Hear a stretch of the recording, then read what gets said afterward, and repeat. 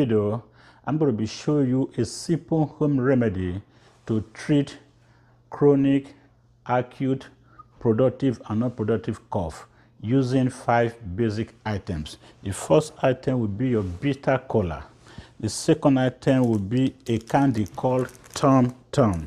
The third item will be cinnamon stick. You need 3 of these. The fourth item will be your honey. The fifth item will be cloves. You need a handful of cloves. The first step is to chew the bitter cola and the candy, the Tom Tom candy, together. Then using a glass of water, boil the cinnamon stick and the cloves. Then strain it and add a teaspoon of raw honey. Stir it really good and drink it.